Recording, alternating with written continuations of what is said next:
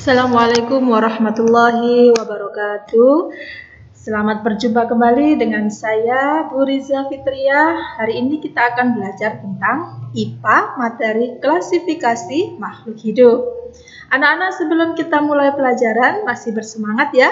Silahkan kita berdoa terlebih dahulu, mudah-mudahan materi yang kita belajar di hari ini bermanfaat bagi kita semua. Amin. Bismillahirrahmanirrahim. Kita lanjutkan. Setelah kemarin kita belajar tentang ciri-ciri makhluk hidup, sekarang kita lanjut klasifikasi makhluk hidup.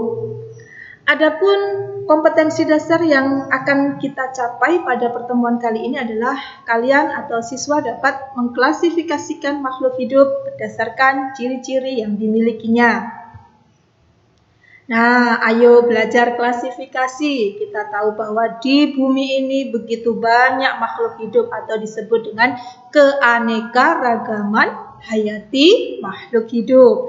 Jadi kita patut bersyukur kepada Allah ya, karena kita diciptakan dengan berbagai macam bentuk dan rupa. Nah, ini adalah keanekaragaman hayati makhluk hidup. Baiklah, klasifikasi. Apakah itu klasifikasi? Yaitu pengelompokan makhluk hidup. Bagaimana kita mengelompokkannya? Berdasarkan ciri-ciri bentuk tubuh, persamaannya, berdasarkan cara hidupnya, tempat hidupnya. Nah, nanti kita kelompokkan, ya. Kemudian taksonomi adalah ilmu yang mempelajari tentang makhluk hidup atau klasifikasi makhluk hidup. Mengapa perlu klasifikasi? Adapun tujuannya, yang pertama supaya kita mempermudah belajar keanekaragaman hayati yang sangat banyak tadi ya. Kemudian yang kedua, mempermudah mempelajari berbagai organisme supaya kita bisa mengelompok-ngelompokkan. Dan yang ketiga tujuannya adalah untuk melihat hubungan kekerabatan.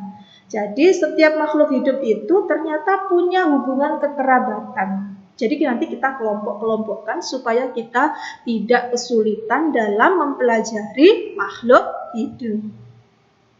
Nah, ini ada kelompok tumbuh-tumbuhan campur ya. Dapatkah kalian membedakan manakah yang sayuran dan manakah yang buah-buahan? Nah, seperti ini ya. Mungkin kalian sudah tahu semua. Oh, ini sayuran, ini buah-buahan. Nah, ini begitu juga dengan ini. Ada banyak makhluk hidup. Ada hewan, ada tumbuhan, ada makhluk hidup yang tidak kasat mata, misalnya bakteri atau kuman yang harus dilihat dengan mikroskop. Coba dikelompokkan. Oh, ternyata kelompoknya jadi seperti ini. Nah, ini tumbuh-tumbuhan. Ini makhluk hidup yang tidak kasat mata tadi, dan ini termasuk kelompok hewan. Begitu pengelompokan makhluk hidup. Adapun dasar dari klasifikasi makhluk hidup, yaitu berdasarkan ukuran tubuhnya atau berdasarkan lingkungan tempat hidupnya. Misalnya kalau pada tumbuh-tumbuhan ada tumbuhan yang hidup di lingkungan kering atau disebut xerofit, ada yang hidup di air hidrofit, dan ada yang hidup di tempat lembab atau higrofit. Ya, diingat-ingat. Kemudian berdasarkan manfaatnya, ada tumbuhan yang diambil buahnya, ada yang diambil sayurannya, ada yang diambil untuk bangunan, misalnya kayunya ya. Jadi berdasarkan manfaatnya. Kalau tumbuh-tumbuh hewan itu misalnya berdasarkan jenis makanannya, ada karnivora, omnivora, herbivora.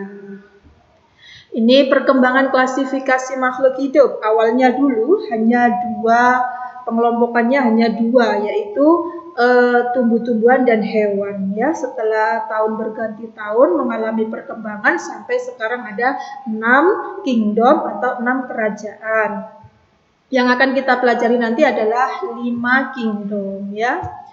Selanjutnya, macam-macam klasifikasi, ada yang sederhana, ada yang 5 kingdom. Ini yang sederhana, yang tadi ya. Makhluk hidup dibedakan dari tumbuhan dan hewan. Yang hidup di tempat kering, hidup di tempat air, hidup di tempat lembab, itu tumbuh-tumbuhan klasifikasinya. Kalau hewan berdasarkan jenis makanannya. Nah, sekarang pemberian nama makhluk hidup. yang dipelopori oleh Bapak Carolus Linnaeus ya, atau disebut dengan Bapak taksonomi karena beliau yang pertama kali memperkenalkan klasifikasi makhluk hidup. Dengan nama ilmiah yaitu binomial nomenklatur. Apa itu binomial nomenklatur? Nah, pernahkah kamu ke kebun binatang? Di sana banyak sekali hewan dan setiap hewan memiliki nama ilmiah ya. Bagaimana cara pemberian nama ilmiah makhluk hidup itu? Nah, berdasarkan tadi Bapak Carolus Linnaeus, ketentuannya adalah harus dalam bahasa Latin ya. Tidak ada yang bahasa Indonesia. Terdiri dari dua kata. Misalnya ini ada Mangifera indica. Di sini dua kata. Kata pertama diawali dengan huruf besar, kata kedua diawali dengan huruf kecil. Kata pertama menunjukkan genus. Genus itu berarti gen, keturunannya. Indica, kata kedua menunjukkan spesies.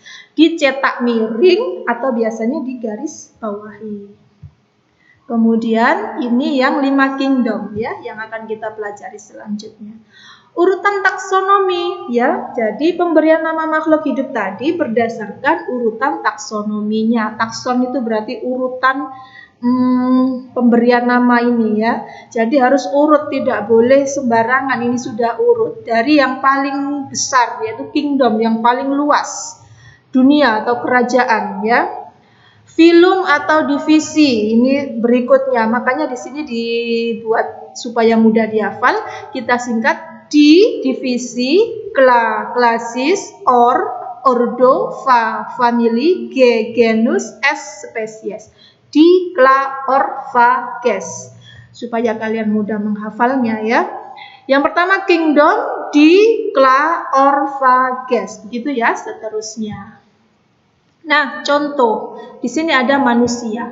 Nah, ini adalah urutan taksonomi dari manusia. Kingdomnya animalia, karena manusia itu tergolong animalia ya. Kemudian selanjutnya genusnya Homo, spesiesnya sapiens. Jadi manusia memiliki nama ilmiah Homo sapiens ya. Begitu. Yang selanjutnya contoh berikutnya ada padi.